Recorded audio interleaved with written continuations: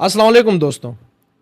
रियासत और आवाम के दरमियान एक मुआहदा लिखा जाता है जिसमें आवाम की तरफ से कहा जाता है कि अगर रियासत हमें ये चीज़ें मुहैया कर दें तो हम रियासत के ताबेदार रहेंगे, और रियासत की तरफ से कहा जाता है कि अगर आवाम मेरे इन कवानीन पर अमल करें तो मैं आवाम को ये चीज़ें देने का पाबंद रहूँगा।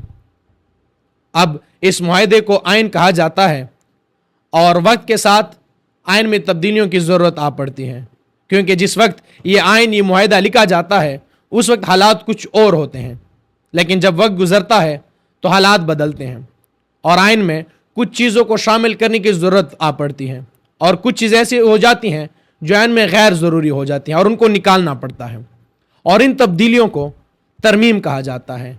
और पाकिस्तान में भी पिछले एक महीने से एक आइनी तरमीम के चर्चे हो रहे थे जिसको 26वीं आइनी तरमीम कहा जाता है, और कल रात पार्लियामेंट से इस आइन को पास भी करा लिया गया। लेकिन इस तरमीम पर बात करने से पहले मैं आपको पाकिस्तान की जुडिशल हिस्ट्री समझाना चाहता हूँ। जब तक आप पाकिस्तान की जुडिशल हिस्ट्री को नहीं समझेंगे आपको इस आइनी तरमीम की भी समझ नहीं आएगी और आप इस वक्त के हालात व वाक़ियात को भी समझने से कासिर होंगे। पाकिस्तान के अंदर जब भी मिलिट्री एस्टेब्लिशमेंट ने अपनी हुकूमतें कायम की या फिर जमहूरी हुकूमतों को घर भेजा तो एक ही इदारा हुआ करता था जो हमेशा से मिलिट्री एस्टेब्लिशमेंट का साथ देता था, और वो इदारा कोई और नहीं पाकिस्तान की जुडिशरी हुआ करते थे। और जब 2010 में पाकिस्तान के पार्लियामान ने 18वीं आइनी तरमीम पास करवा ली तो गैर आइनी तरीकों से आने वालों के रास्ते रोक लिए गए। लेकिन उस वक्त भी मिलिट्री एस्टेब्लिशमेंट को ये इत्मीनान था कि हम किसी भी वक्त एक जमहूरी हुकूमत और जमहूरी वज़ीर आज़म को घर भेज सकते हैं। उनके पास एक टूल, एक इदारा मौजूद था। और अगर हम मिसाल के तौर पर बात करें तो यूसुफ रज़ा गिलानी को मिलिट्री एस्टेब्लिशमेंट ने इसी अदलिया के ज़रिए घर भेजा, और 2016 में मियाँ नवाज शरीफ को भी इसी अदलिया के हाथों घर भेजा गया। लेकिन 2018 के बाद पाकिस्तान की जुडिशरी में बड़े पैमाने पर तब्दीलियाँ देखने को मिली। अब जजेस ने यह ठान ली कि हम मज़ीद मिलिट्री एस्टेब्लिशमेंट के हाथों इस्तेमाल नहीं होंगे। अब हम किसी जमहूरी हुकूमत और जमहूरी वज़ीर आज़म को घर नहीं भेजेंगे।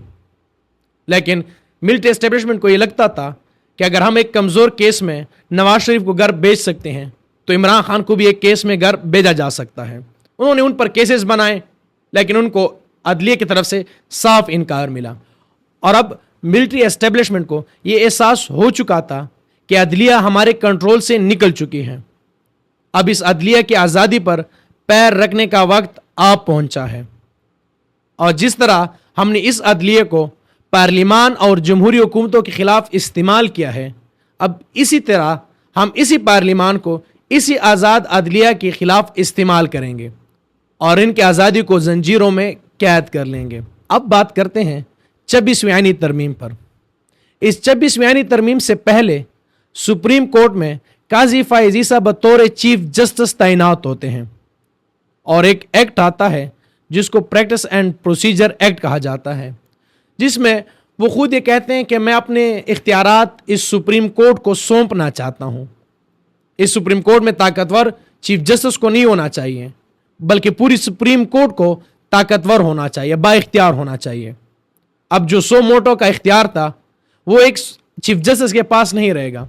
अब 3 सीनियर जजेस की कमेटी होगी और वो इसका फैसला करेगी कि किस केस का सो मोटो लेना है या नहीं लेना।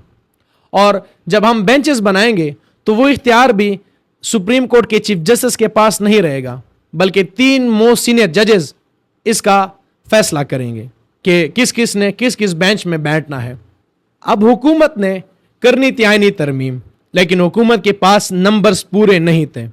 अब हुकूमत को नंबर्स पूरे करने के लिए दूसरी पार्टियों के लोग तोड़ने की बड़ी सख्त ज़रूरत थी। लेकिन इससे पहले 63A पर एक फैसला आ चुका था कि फ्लोर क्रॉसिंग नहीं हो सकती, यानी जो शख्स अपनी पार्टी के हदायत के खिलाफ किसी और को वोट करेगा वो डिसीट हो जाएगा। अब हुकूमत को यह था कि हमने दूसरे लोगों को लाना भी है और उनको डिसीट होने से बचाना भी है। अब उन्होंने ये काम पाकिस्तान के चीफ जस्टिस के हाथों करना था, लेकिन पाकिस्तान का chief justice practice and procedure act के आगे बेबस था। वो ये कह रहा था कि ना मैं कोई बेंच बना सकता हूं और ना मैं किसी केस को उठा सकता हूं। तो फिर इसी प्रैक्टिस एंड प्रोसीजर एक्ट को ایک آرڈیننس کے ہاتھوں ختم کر دیا گیا. یعنی اب بینچ اپنی مرضی کا چیف جسٹس بنا بھی سکتا ہے اور وہ کسی کیس کو کسی بھی بینچ کے آگے لگا بھی سکتا ہے. اور پھر وہی ہوا. قاضی فائز عیسیٰ نے اپنی مرضی کا بینچ بنوایا اور اسی بینچ کے ہاتھوں 63A کو اڑا کے رکھ دیا. اور 63A کو اڑانے کے بعد کوئی بھی شخص اپنی پارٹی کے خلاف جا کر کسی کو بھی ووٹ کر سکتا ہے. اور اسی دن جمہوریت کا جنازہ اٹھایا گیا. اب حکومت نے پارلیمان میں آئینی ترمیم لانے کا فیصلہ کر لیا اور نمبر پورے نہیں تھے تو انہوں نے مختلف پارٹی کے لوگوں کو اٹھانا شروع کر دیا. یہاں پر ایک سوال اس پر بھی اٹھتا ہے کہ جو شخص ووٹ کرتا ہے اس کو آزاد بھی ہونا چاہیے اور اس کی بھی فری ول بھی ہونی چاہیے. یہ آئین کا تقاضا ہے. لیکن یہاں پر لوگ اٹھائے گئے جو پارلیمنٹیرین تھے, جو سینٹ کے ممبران تھے یا نیشنل اسمبلی کے ممبرز تھے, ان کو اٹھایا گیا, اپنے پاس رکھا گیا, جس میں مختلف پارٹی کے لوگ تھے. اور انہوں نے بارہا آ کر بھی یہ کہا کہ ہمیں اپنے پاس رکھا گیا. ابھی بھی ایک کیس لگتا ہے کہ کیا اس آئین کے حق میں, اس ترمیم کے حق میں جو ووٹ ڈالے گئے, کیا یہ ووٹ کاؤنٹ ہوں گے بھی یا نہیں, کیونکہ وہ خود کہتے ہیں کہ ہماری فری ویل اس میں شامل نہیں تھی. اب قاضی فائز عیسیٰ کو گورنمنٹ نے آرڈیننس کے تھرو جو اختیارات دینے تھے اور ان سے جو فیصلہ لینا تھا وہ کل آئینی ترمیم کے شکل میں سب کو نظر آ گیا. یعنی دوسری پارٹی کے لوگوں کو اٹھایا گیا, ان کو دمکایا گیا اور اسی آئینی ترمیم کے حق میں انہوں نے ووٹ بھی ڈالا, وہ ووٹ کاؤنٹ بھی ہوا اور وہ لوگ ڈی سیٹ بھی نہیں ہوئے. جو لوگ 26ویں آئینی ترمیم کو پارلیمان اور جمہوریت کی جیت کہہ رہے ہیں ان کو سپریشن آف پاور کا نہیں پتا. اس کنسیپٹ میں کہا جاتا ہے کہ عدلیہ کو آزاد ہونا چاہیے اور ایگزیکٹو اور پارلیمان کو عدلیہ میں مداخلت نہیں کرنی چاہیے. لیکن یہاں پر پارلیمان نے مداخلت کر دی اور یہ جمہوریت کی جیت نہیں بلکہ جمہوریت کی ہار مانی جائے گی. اب ہم اس ترمیم سے لائے گئے تبدیلیوں پر بات کرتے ہیں. اگر ہم اس ترمیم سے پہلے پاکستان کے سپریم کورٹ پر نظر ڈالیں تو چیف جسٹس کی تعیناتی سینیارٹی کے بیس پر کی جاتی تھی. جو جج سب سے زیادہ سینئر ہوتا تھا وہ چیف جسٹس بنتا تھا اور ایک بہترین طریقہ تھا. وہ اس لیے بہترین طریقہ تھا کہ جب ہم پاکستان تحریک انصاف کی حکومت کی بات کرتے ہیں تو ان کو قاضی فائز عیسیٰ پسند نہیں تھے, وہ ان سے اختلاف رکھتے تھے اور پاکستان تحریک انصاف یہ چاہتی تھی کہ یہ چیف جسٹس نہ بنے.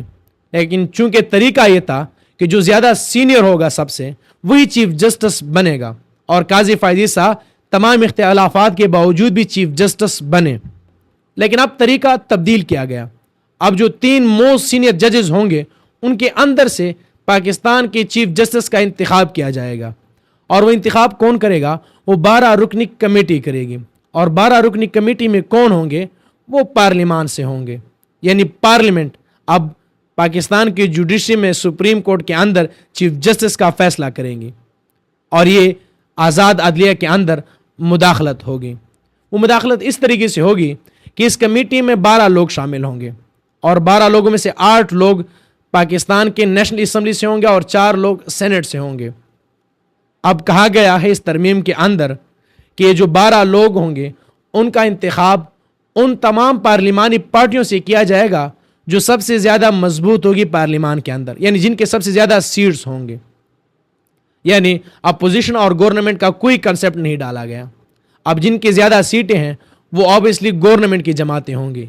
یعنی اس پارلیمانی کمیٹی کے اندر گورنمنٹ کی طرف سے سب سے زیادہ نمائندے ہوں گے اور جو جسٹس حکومت کو پسند نہیں ہوگا یا ان کے خلاف فیصلے آنے متوقع ہوں گے وہ ان چیف جسٹس کو اگنور کر کے اگلے کو چیف جسٹس بنا دیں گے. اور اس طرح سے بہت سے قابل ججز چیف جسٹس بننے سے رہ جائیں گے اور اس طرح یہ سارا طریقہ کار میں سیاسی عمل شامل ہو جائے گا اور چیف جسٹس کی تعیناتی سیاسی بن جائے گی. اور اس ترمیم میں کہا گیا کہ اگر اس کمیٹی میں کوئی ممبر شامل نہ ہوا کسی میٹنگ میں اور اس میٹنگ میں چیف جسٹس کی تعیناتی کر دی گئی تو اس میٹنگ کو چیلنج نہیں کیا جا سکے گا. اب جس پارلیمان کے لوگ اغوا کیے جا رہے ہیں, سینیٹرز کو اٹھایا جا رہا ہے ایک ترمیم کے لیے, تو کل کسی اہم بندے کی تعیناتی کے وقت کسی بھی ممبر کو اٹھا کر اپنے پاس رکھ سکتے ہیں اور من پسند لوگ اس کمیٹی میں بیٹھ کر کسی بھی چیف جسٹس کا فیصلہ کر سکتے ہیں. اور اس آئینی ترمیم میں ایک اور تبدیلی بھی کی گئی اور وہ یہ کہ سپریم کورٹ کو اختیار دیا گیا कि वो हाई कोर्ट से किसी भी केस को उठाकर अपने सामने रख सकती है या किसी भी हाई कोर्ट से वो केस तब्दील करके किसी दूसरे हाई कोर्ट मुंतकिल कर सकती है। अब ये भी सियासी तौर पर इस्तेमाल होगा। वो इस तरह से कि अगर इस्लामाबाद हाई कोर्ट में किसी का केस लगा हुआ है और कोई ताकतवर नहीं चाह रहा कि इस केस में इंसाफ हो, तो वो सुप्रीम कोर्ट के जजेस के थ्रू उसी हाई कोर्ट से केस उठाकर अपने मनपसंद हाई कोर्ट्स में मुंतकिल भी कर सकती है और अपने पास भी रख सकती हैं। और इस तरह से ये भी जमहूरी नहीं बल्कि गैर जमहूरी होगा। और इस आईनी तरमीम के ज़रिए आर्टिकल 191 का भी इजाफा किया गया और इस आर्टिकल के थ्रू नए कॉन्स्टिट्यूशन बेंचेस बनाए जाएंगे सुप्रीम कोर्ट के अंदर और हाई कोर्ट्स के अंदर, और उनके जजेस की तैनाती का भी प्रॉपर प्रोसीजर इसी आर्टिकल के अंदर दिया गया है। और इस आईनी तरमीम में एक और भी तब्दीली की गई। पहले सुप्रीम कोर्ट के सामने केस लगाने के लिए 50,000 रुपये जमा किए जाते थे, अब वो फीस 50,000 से बढ़कर 10 लाख कर दी गई। यानी इस आईनी तरमीम के ज़रिए इंसाफ को सस्ता नहीं बल्कि इंसाफ को मज़ीद महंगा किया गया है। अब इस आईनी तरमीम के ज़रिए एक और भी तब्दीली की गई और वो तब्दीली मौलाना फजल रहमान की ख्वाहिश पर शामिल की गई, और वो ये थी कि सूद का निज़ाम ख़त्म होना चाहिए। आइन के अंदर पहले भी ये वाज़ेह लिखा था कि पाकिस्तान में जल्द से जल्द सूद का निज़ाम ख़त्म कर देना चाहिए, लेकिन अब इस तरमीम के ज़रिए एक वक्त मुकर्रर कर दिया गया, यानी 2028 तक पाकिस्तान के अंदर सूद ख़त्म कर देना चाहिए। और ये बात भी हकीकत से बहुत दूर है।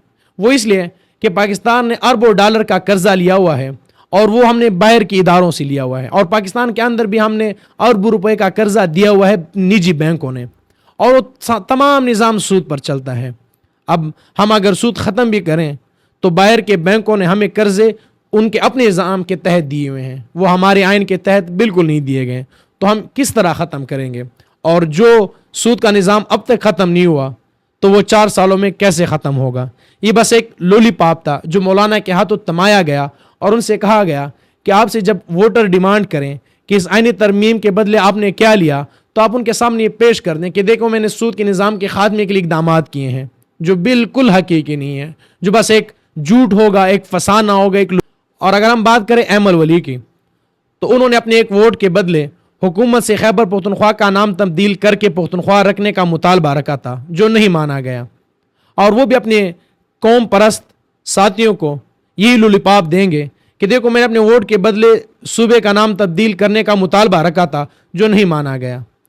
और इसको मैं लॉलीपॉप इसलिए कह रहा हूँ कि अगर हम 73 की आइन की बात करें तो उस वक्त भी सब के मर्जी से वो आइन बना था, तब पख्तूनख्वा का नाम क्यों नहीं रखा गया? और अगर हम 18वीं तरमीम की बात करें तो उस वक्त एहतजाज क्यों नहीं किया गया कि खैबर पख्तूनख्वा का नाम रखने के बजाय सिर्फ पख्तूनख्वा रखा जाए?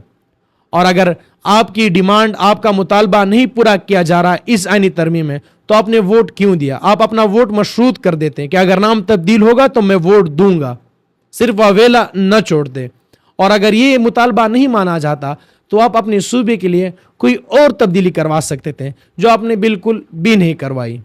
अब बात की जाती है कि आईनी बेंचेस और इन इख्तियारात को हमने इसलिए छीना कि सुप्रीम कोर्ट के अंदर आवाम को इंसाफ मिले और आईनी फैसले अलग हों। तो आप अगर ये चाहते हैं तो सुप्रीम कोर्ट के अंदर जजेस की तादाद बढ़ा सकते हैं और मज़ीद जजेस शामिल करके आप सारे केसेस निपटा सकते हैं। लेकिन हमारी पार्लियामान ने इस वक्त मिलिट्री एस्टेब्लिशमेंट के कहने पर सुप्रीम कोर्ट और अदलिया का गला घोंटा है, क्योंकि जिस तरमीम के लिए बागदौड़ मोहसिन नकवी ने की हो, जिस तरमीम के लिए खुशी खुशी वोट एक डिक्टेटर के बेटे ज़ियाउल हक के बेटे ने डाला हो, और उस तरमीम की पास होने का जश्न फैसल वावड़ा ने बनाया हो, तो उसको कम से कम मैं जमहूरी नहीं कह सकता, मैं उसको जमहूरियत की जीत नहीं कह सकता।